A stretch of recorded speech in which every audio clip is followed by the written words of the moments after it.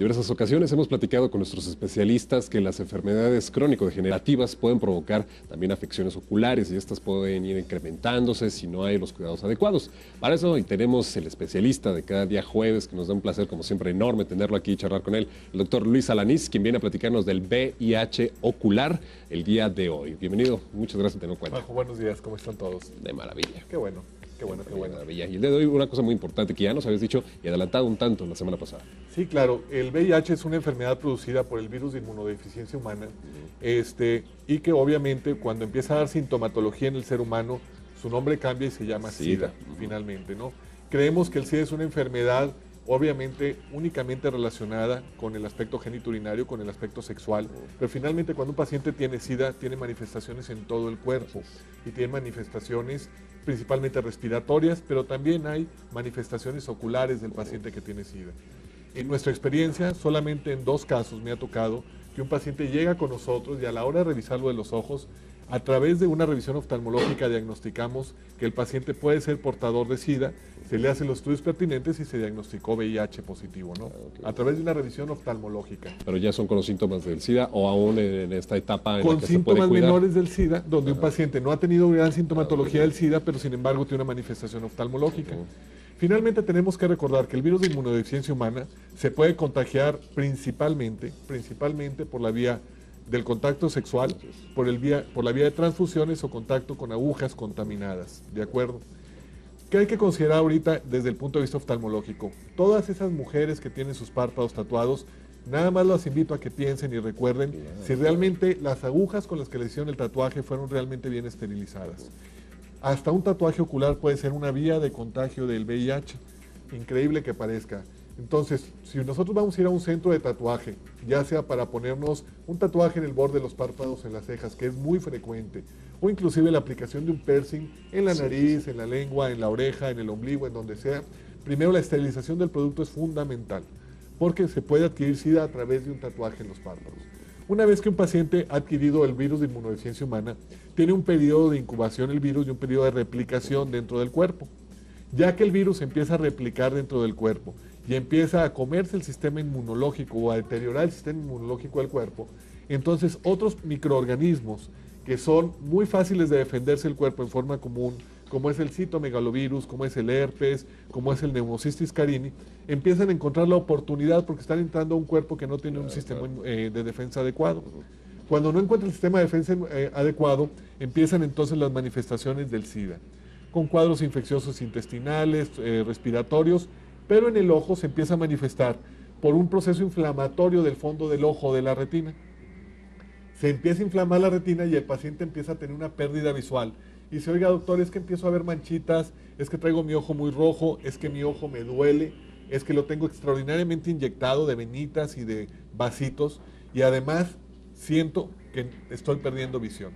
Cuando el paciente llega con toda esta sintomatología, que siente que empieza a perder visión, etcétera, y a la hora que revisamos el paciente y dilatamos la pupila, encontramos justamente lo mismo que en el resto del cuerpo, que puede haber una infección en la retina de este paciente secundaria a citomegalovirus o a herpes virus principalmente.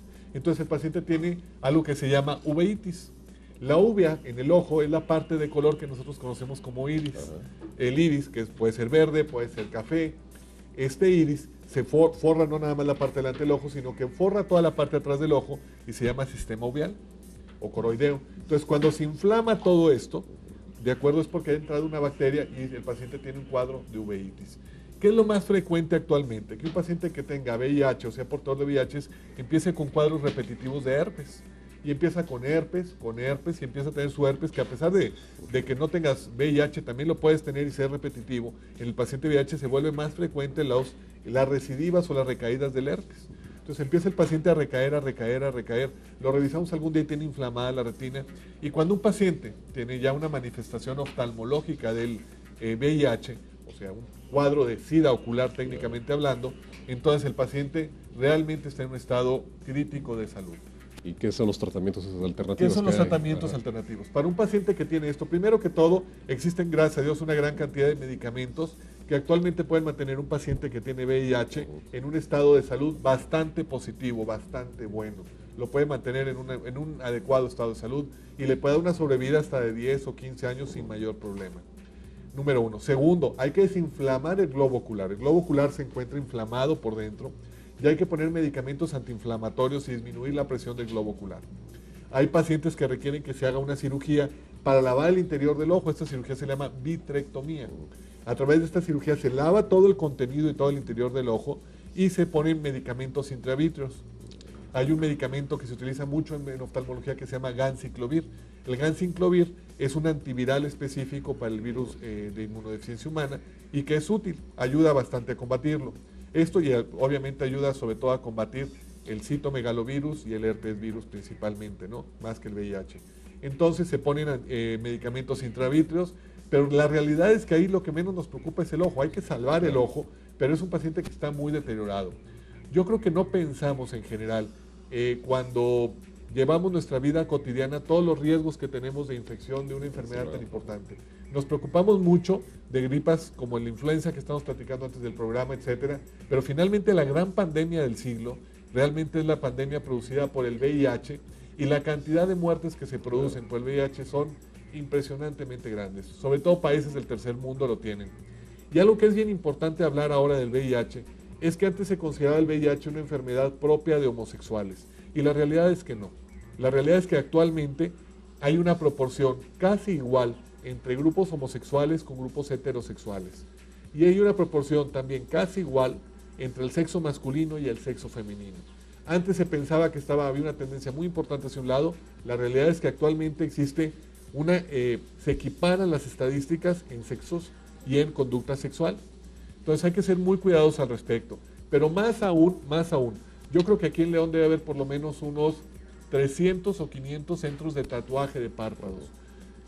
Muchos de ellos ni siquiera tienen el permiso de la Secretaría de Salud y se requiere una licencia de la Secretaría de Salud, un permiso sanitario. Y hay que exigirla, esa sería. Claro, o sea, si yo me voy a tatuar un párpado, llegar y decir, oiga, ¿y usted tiene el permiso de la Secretaría de Salud para hacer esto?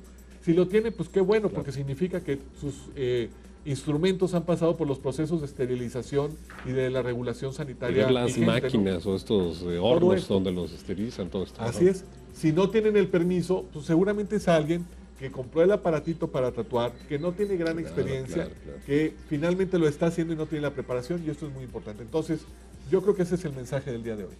Tener esa previsión, esa manera en la que estemos informados, exijamos lo que debemos tener para, en este caso, porque exponemos la salud en ese sentido, ¿no? Y bueno, qué maravilla con lo que estás diciendo. De nueva cuenta te agradecemos, Luis, aprovechando que hay consultas gratuitas, eso siempre es énfasis, para la gente que tenga cualquier síntoma relativo a nuestra visión. Sí, con todo gusto, consultas gratuitas, hay que llamar al consultorio, el teléfono, llamar aquí o llamar al consultorio, el teléfono de aquí lo conocen todos y el del consultorio es el 779-5000 y los atendemos con todo gusto. Hemos visto mucha gente de TV4, los esperamos en nuestro stand de la feria, vayan a visitarnos también. Que hemos visto ahí que está fuera de los pabellones. Muchas gracias. Así es, claro que sí. Grupo Veo por estar con nosotros. Gracias, Juan. Doctor, qué maravilla, ojalá que pueda aprovechar estas citas. Vamos ahora a pausa.